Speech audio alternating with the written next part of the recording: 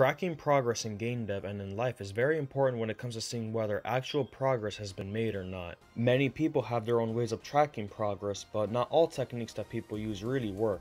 Some people can also lie to themselves or to others into believing that they've made progress when they really haven't. When the person ends up lying, the work of the objective ends up stacking up, and what ends up happening afterwards is actually very bad. People rush through their goals, making the person hate it, or people don't do anything about it, give up, and forget about it. Not tracking well can be very bad, especially for people who set up a goal for themselves and end up not completing it. This will make the person feel weak, and that can lead to many other problems in the future. For personal goals, you should not end up hating it, but rather feel encouraged to do something about it and do portions of the goal little at a time. While there are many ways of tracking progress, these are the things that I do to make sure things get done. One way to track progress is through reflections. Written or typed reflections are a great way to do this. This is because you can write on paper or type on computer what specific stuff got done for the week and set down the info on a viewable document. The contents that I usually write about are the following. The first one should be the date. This is to know when the reflection was made.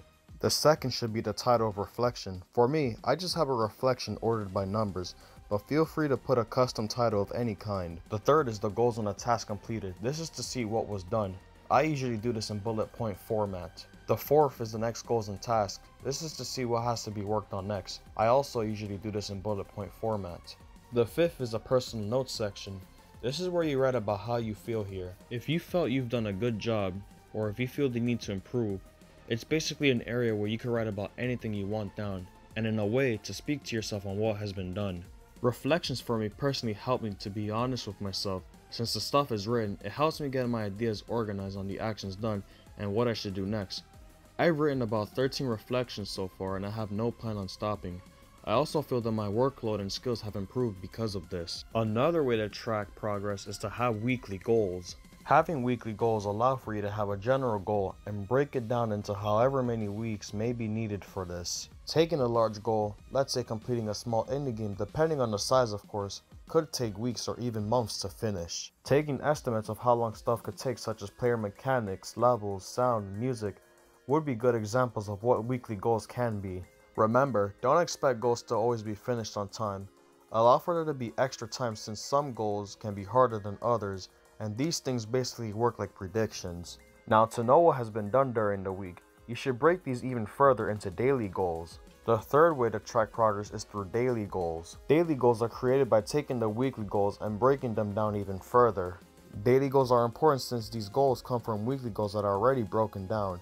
These are used to form smaller goals that fit in for a day. This is the method I use for the game that I'm currently working on, and so far it helps keep me on track on what I've been doing. Also, I'm planning on making devlogs for my game at some point, so expect that in the future. Daily goals can be used to know what day and what week you got something done. Writing what you got done is extremely important since it will be good for organizational purposes. The writing can be done either through a checklist or written in the reflections. Fourth thing to do is reward yourself with a reward system.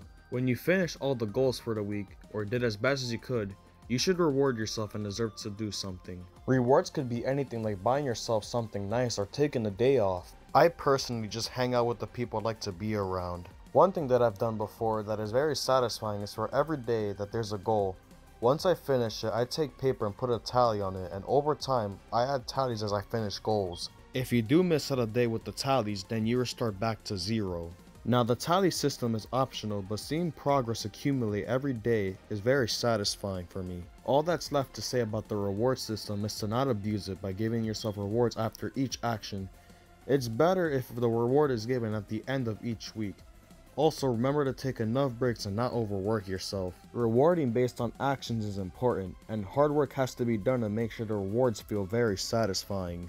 The final way to track progress is through apps. Apps are a great way to track progress since some have built-in features such as reward systems, timers, and more. I don't personally use this, but I've seen people get a lot more done with apps. These type of apps allow for people to save on time due to the simplicity and effectiveness of these apps. You will have to research these apps, but looking up reviews on mobile stores or videos is a great way to get started. These are the takeaways for this video. Number 1.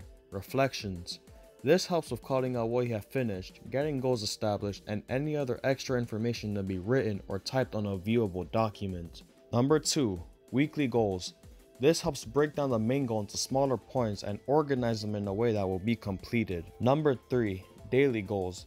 These help break down the weekly goals into smaller points that will help with what will be done during any specific day. Number 4. Reward system.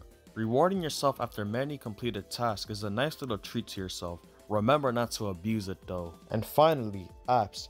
These apps can do the stuff stated above and are really useful due to its simplicity. Thanks for watching, and I hope you learned something. I'll be uploading more videos on other game dev topics and more. I'm planning on uploading devlogs on the current game I'm working on, so I'll keep you guys informed with news regarding that in the next few videos. Leave a like and subscribe if you learned something. Leave comments on anything you'd like to hear me talk about next.